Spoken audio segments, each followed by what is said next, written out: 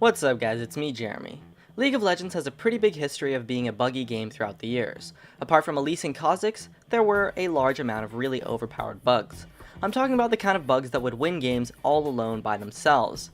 There's quite a few, so I only took the top 20 that have videos of them occurring, so I'm sure there's some that I missed. And keep in mind, I chose to classify exploits to be the same thing as bugs, just for the purposes of this video. Anyways, welcome to part 2 of the top 20 overpowered bugs in League of Legends history. Let's get started.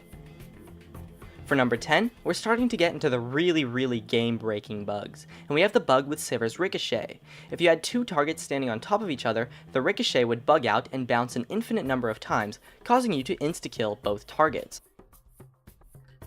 Next off with number 9, we have the fiddlesticks insta-kill bug. It was a little bit easier to reproduce than the Sivir bug at the time, but she could throw out a dark wind and it would bug out and, like Sivir's Ricochet, bounce an infinite number of times for an insta-kill on the target. It's quite similar to the Sivir bug, and once again led to some pretty hilarious moments.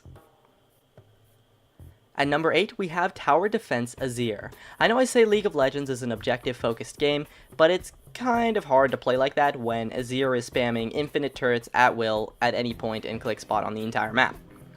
Some one-sided gameplay and crazy moments definitely came out of this one, and overall led to a pretty crazy game state.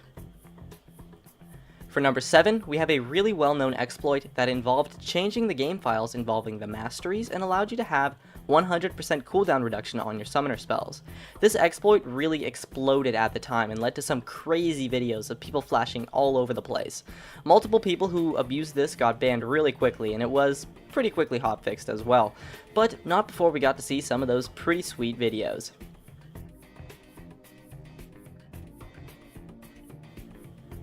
Next up, we're going to have some ridiculous insta-kill bugs. For number 6, it's actually the really recent Cinderhulk bug on the PBE that would cause the item for the passive to activate about 30 to 40 times every second, allowing you to pretty much insta-kill anyone by just walking up to them.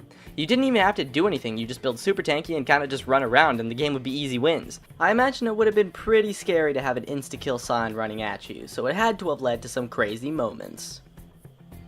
For number 5, we have the Rise insta-kill bug, where his Essence Flux would bounce an infinite number of times to all targets, and so he could easily area of effect insta-kill opponents with pretty low cooldowns too. With some range and ease of use, this one takes a spot above the other insta-kill bugs. And for number 4, we have our last insta-kill bug, which was the exploit involving Blade of the Ruined King. It allowed you to infinitely cast Blade of the Ruined King's active on 0 cooldown, so you could bind a macro to make it cast like say 100 times, and then you could just walk up to anyone, press one button, and you would just insta-kill them. Next up, we have some invincibility bugs, and so taking home the bronze, we have the Yorick Infinite Death bug. It caused Yorick to stay at about 1 HP constantly and get killed an infinite number of times without actually dying. This bug essentially made you invincible, and you could just run around and do anything you want.